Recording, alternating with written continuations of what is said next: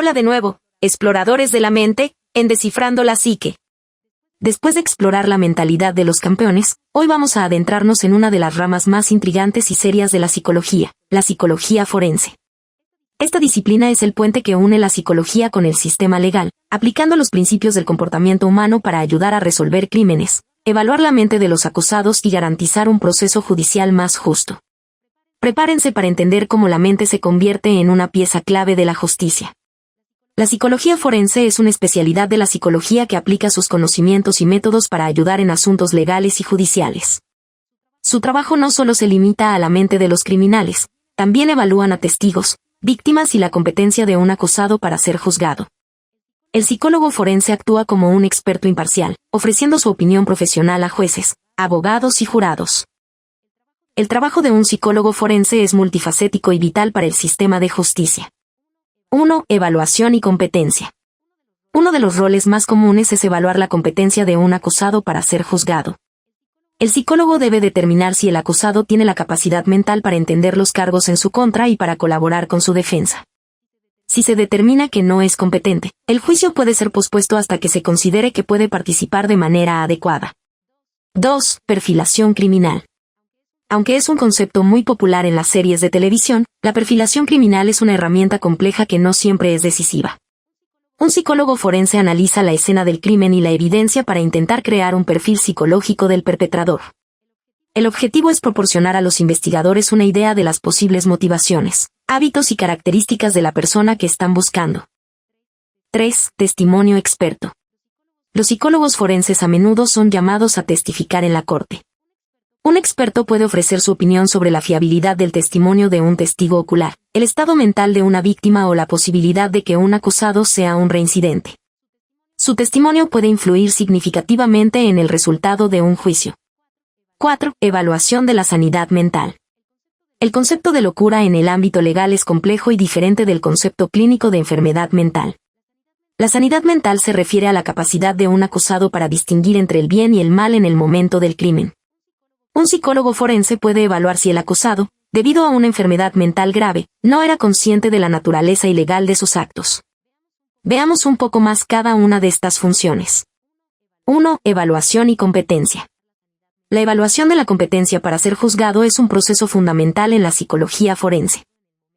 No se trata de determinar la sanidad mental del acusado en el momento del crimen, sino de su estado mental actual. El objetivo es asegurar que la persona sea capaz de participar de manera significativa en el proceso judicial. ¿Cómo funciona? Un psicólogo forense, designado por el tribunal o la defensa, realiza una serie de entrevistas, pruebas psicológicas y revisión de documentos, historial médico, informes policiales, etc. La evaluación se centra en dos criterios principales. Comprensión de los procedimientos legales. El acusado debe ser capaz de entender los cargos en su contra, el papel de los jueces, fiscales y abogados, y el proceso de un juicio. Capacidad para colaborar con la defensa. El acusado debe poder comunicarse con su abogado, proporcionar información relevante y tomar decisiones racionales sobre su caso. Para determinar si un acusado es competente para ser juzgado, los psicólogos forenses no solo se basan en una entrevista. Especulan o estudian la capacidad actual de la persona para entender el proceso legal. Métodos de estudio. Entrevistas clínicas. Se realizan entrevistas detalladas para evaluar el estado mental actual del acusado, buscando síntomas de trastornos mentales graves que puedan afectar su capacidad de comprensión, como delirios, alucinaciones o un deterioro cognitivo severo. Pruebas psicológicas. Se aplican pruebas estandarizadas, como el MacArthur Competence Assessment Tool for Criminal Adjudication, que evalúan la comprensión de conceptos legales, la capacidad para razonar sobre decisiones de defensa y la habilidad para manejar la información de un juicio. Revisión de historial. Se examinan los registros médicos, psiquiátricos y de conducta del acusado para obtener un panorama completo de su salud mental y cómo ha sido su funcionamiento a lo largo del tiempo.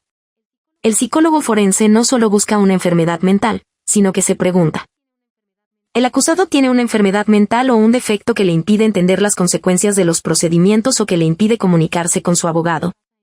La conclusión se basa en un análisis objetivo de los datos recabados, no en una simple impresión.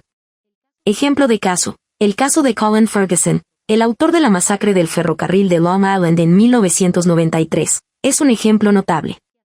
A pesar de que los psiquiatras y psicólogos forenses lo diagnosticaron con un trastorno mental grave, Ferguson insistió en representarse a sí mismo, demostrando una comprensión de los procedimientos legales, aunque de una manera muy peculiar. El juez lo consideró competente para ser juzgado, ya que podía entender el proceso, a pesar de que sus decisiones no fueran racionales en un sentido común. 2. Perfilación criminal. La perfilación criminal es una herramienta de investigación que ayuda a la policía a reducir el número de sospechosos al predecir el comportamiento y las características psicológicas de un criminal desconocido. ¿Cómo funciona? Un psicólogo o analista de comportamiento examina minuciosamente la escena del crimen, la evidencia forense y la victimología para construir un retrato del delincuente. Los perfiles no son una ciencia exacta, sino una guía que se basa en la experiencia y en la psicología. Se enfocan en características demográficas, edad, sexo, raza, nivel de educación. Rasgos de personalidad, introvertido versus extrovertido, organizado versus desorganizado. Motivación, ¿es un crimen por poder, sexual, financiero, etc.? La perfilación criminal es un proceso de análisis de la conducta para inferir características de un perpetrador desconocido. No es una bola de cristal, sino un método inductivo y deductivo. Métodos de estudio. Análisis de la escena del crimen. El perfilador examina la escena del crimen para entender el modus operandi y la firma del delincuente, es decir, lo que el delincuente hace para satisfacer sus necesidades psicológicas. Por ejemplo, si el crimen es organizado y meticuloso, el perfilador podría inferir que el criminal es socialmente competente y planificador. Si es caótico, que el criminal es impulsivo y con un bajo coeficiente intelectual. Victimología. Se estudian las características de las víctimas, edad, profesión, estilo de vida, para entender las motivaciones del criminal y por qué eligió a esa persona en particular. Funcionamiento. Los perfiles se construyen a partir de datos de casos similares y la experiencia del analista. El FBI, Oficina Federal de Investigación, desarrolló un sistema de clasificación para asesinos en serie, organizados vs desorganizados, basado en entrevistas a perpetradores. Esto ha sido la base para muchos perfiles. El perfilador no busca a una persona específica, sino que especula sobre las posibles características que, de encajar con un sospechoso, harían más probable su participación en el crimen. Ejemplo de caso, James A. Brussell, un psiquiatra y criminólogo, es considerado uno de los pioneros de la perfilación. En la década de 1950, la policía de Nueva York estaba desconcertada por el Mad Bomber, el bombardeador loco, que había aterrorizado la ciudad durante 16 años. Brussell analizó las cartas del criminal y los patrones de los bombardeos. A partir de su análisis, predijo con asombrosa precisión que el bombardero sería un hombre, inmigrante de Europa del Este, soltero, de unos 50 años, paranoico, que vivía con una familiar y que tenía un resentimiento contra la compañía eléctrica. El perfil encajó perfectamente con George Metchasky, quien fue arrestado en su casa de Connecticut. El trabajo de Brussell es un hito en la historia de la perfilación criminal. 3. Testimonio experto. El testimonio experto es un servicio crucial que los psicólogos forenses ofrecen en los juicios. Un psicólogo es llamado a testificar para ayudar al jurado y al juez a entender aspectos del comportamiento humano que no son de conocimiento común. ¿Cómo funciona? Después de realizar una evaluación, el psicólogo forense puede ser llamado a la corte para presentar sus hallazgos. No dan su opinión sobre la culpabilidad del acusado, sino sobre un aspecto psicológico relevante para el caso. Por ejemplo, pueden testificar sobre la fiabilidad de la memoria de un testigo ocular, el impacto de un trauma en una víctima, o la presencia de un trastorno mental en el acusado. Cuando un psicólogo forense testifica, no está dando su opinión personal. Su testimonio se basa en un estudio riguroso de los hechos y la psicología. Métodos de estudio. Revisión exhaustiva. El psicólogo revisa todo el material del caso, testimonios, informes policiales, evidencia forense, registros médicos, y cualquier documento relevante. Evaluación del individuo. Se realiza una evaluación clínica específica para el tema del testimonio. Por ejemplo, para testificar sobre la fiabilidad de un testigo ocular, el psicólogo evaluaría las condiciones en las que se formó el recuerdo, distancia, estrés, tiempo transcurrido, y la vulnerabilidad del testigo a la sugestión. Apoyo en la literatura científica. Cada conclusión del psicólogo debe estar respaldada por la investigación científica y la evidencia empírica en el campo de la psicología. No puede dar una opinión que no esté sustentada por la ciencia. Funcionamiento. El psicólogo actúa como un maestro para el jurado, explicando de manera clara y accesible conceptos psicológicos complejos. Por ejemplo, un psicólogo puede explicar el fenómeno de la memoria reconstructiva de Elizabeth Loftus para que el jurado entienda por qué el recuerdo de un testigo ocular puede no ser completamente exacto, aunque el testigo crea firmemente que lo es. Esto se basa en los estándares legales del lugar, como el test de Menacten en el derecho anglosajón, que determina si el acusado, debido a una enfermedad mental, no era capaz de distinguir entre el bien y el mal. La evaluación de la sanidad mental es uno de los temas más controvertidos, ya que requiere que el psicólogo forense infiera el estado mental del acusado en un momento específico del pasado. Métodos de estudio. Análisis retrospectivo. El psicólogo entrevista al acusado y a personas que lo conocían en el momento del crimen. Busca detalles sobre el comportamiento, los pensamientos y las emociones que tuvo el acusado antes, durante y después del delito. Se examinan los informes psiquiátricos existentes. Revisión de evidencia. Se estudian los registros policiales, diarios, cartas o cualquier otra evidencia que pueda arrojar luz sobre el estado mental del acusado en el momento del crimen. Se busca evidencia de un defecto de la razón que le impidiera distinguir entre el bien y el mal. Aplicación de los estándares legales. El psicólogo debe aplicar los estándares legales específicos de la jurisdicción, como el test del irresistible impulso. Si bien el diagnóstico de esquizofrenia de John Hinckley Jr. fue relevante, el veredicto de no culpable por razón de locura se basó en si su enfermedad le impedía conocer la naturaleza o la criminalidad de su acto. Funcionamiento. El psicólogo forense debe ser muy cuidadoso en su conclusión, ya que está especulando sobre un estado mental pasado. Sus conclusiones se basan en un análisis profundo y en la correlación de la evidencia recabada con los estándares legales de sanidad mental.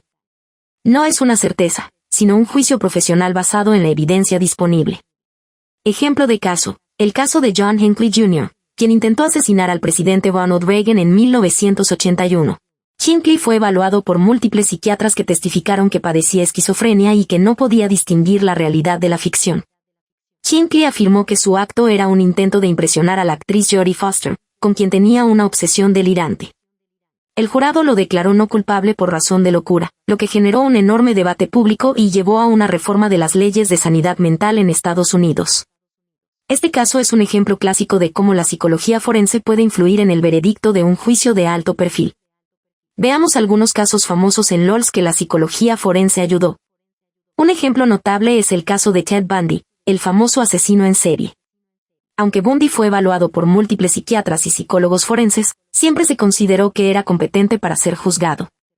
Sus evaluaciones mostraron una inteligencia superior, pero también un profundo trastorno de personalidad antisocial, lo que lo hacía consciente de sus acciones, pero carente de empatía. El caso de Ted Bundy, perfilación criminal y trastorno de personalidad. Descripción del caso. Ted Bundy fue uno de los asesinos en serie más notorios de la década de 1970. Era inteligente, carismático y manipulador. Estudios realizados. La policía y el FBI utilizaron la perfilación criminal para analizar la mente de asesinos en serie. Psicólogos y expertos en conducta, como el Dr. Richard L. Ressler, se entrevistaron con Bundy y otros asesinos para entender sus motivaciones y métodos. Aunque Bundy no fue capturado por un perfil, las entrevistas con él ayudaron a refinar la técnica de perfilación. Conclusiones y resultados. El análisis psicológico de Bundy lo identificó como un psicópata con trastorno de personalidad antisocial. Los psicólogos forenses determinaron que, a pesar de su inteligencia, carecía de empatía y de conciencia moral. Esta información fue clave en el desarrollo de la perfilación criminal moderna, que hoy se utiliza para predecir patrones de comportamiento y ayudar a los investigadores. El caso de Jeffrey Dahmer, sanidad mental y psicopatía. Descripción del caso. Jeffrey Dahmer, el carnicero de Milwaukee, asesinó y desmembró a 17 hombres y niños. Su caso planteó la pregunta de si un ser humano podía ser tan depravado sin estar loco. Estudios realizados. Los psicólogos forenses evaluaron su estado mental para determinar si, legalmente, podía ser considerado sano. Analizaron su obsesión con la necrofilia y el canibalismo. Conclusiones y resultados. Aunque se le diagnosticó con un trastorno de la personalidad límite y psicopatía, los psicólogos forenses concluyeron que era legalmente sano. Demostraron que Dahmer, a pesar de sus actos horribles, era consciente de que sus acciones eran incorrectas.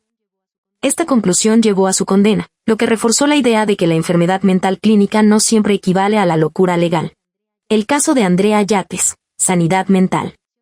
Descripción del caso. Andrea Yates, una mujer de Texas, ahogó a sus 5 hijos en la bañera en 2001. A pesar de que la defensa argumentó que padecía una psicosis posparto grave. Estudios realizados. Psicólogos y psiquiatras forenses evaluaron a Yates para determinar su sanidad mental en el momento del crimen. Un psiquiatra testificó que la psicosis de Yates le hizo creer que estaba salvando a sus hijos del diablo, lo que le impedía distinguir el bien del mal. Conclusiones y resultados. El primer veredicto la declaró culpable, pero fue anulado debido a un testimonio falso. En el segundo juicio, el jurado la declaró no culpable por razón de locura, basándose en la creencia de los expertos de que no podía comprender la naturaleza moral de sus actos debido a su grave enfermedad mental. Este caso destacó la complejidad de los veredictos de locura. El caso de Lorena Bobbitt, síndrome de estrés postraumático. Descripción del caso. En 1993, Lorena Bobbitt cortó el pene de su esposo, John Bobbitt, después de años de supuestos abusos físicos y emocionales. Estudios realizados. Los psicólogos forenses evaluaron a Lorena y testificaron que sufría de síndrome de estrés postraumático, PTSD. Los expertos argumentaron que el acto fue un impulso irresistible causado por el abuso crónico.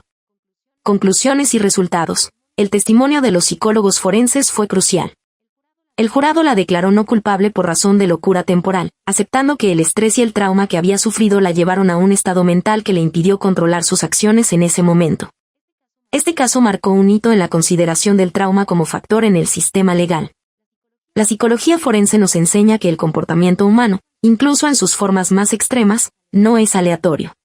Proporciona una perspectiva psicológica crucial para entender los motivos detrás del crimen y para garantizar que la justicia se aplique de manera informada y justa. En el próximo video, exploraremos los sesgos cognitivos, los atajos mentales que nos llevan a tomar decisiones irracionales en nuestra vida diaria. Si te ha gustado este video, por favor dale me gusta, suscríbete y activa la campanita para no perderte el próximo capítulo de Descifrando la Psique. ¡Nos vemos!